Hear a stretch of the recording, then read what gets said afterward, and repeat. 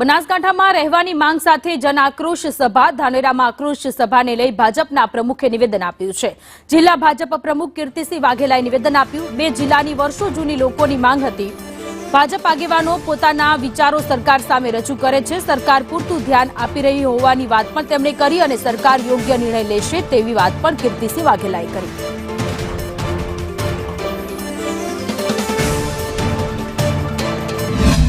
લોકો દ્વારા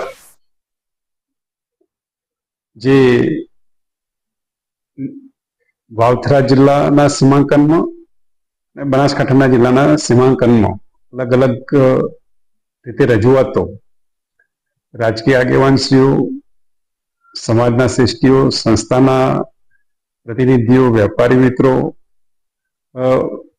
જે પણ રજૂઆતો છે એ રજૂઆતને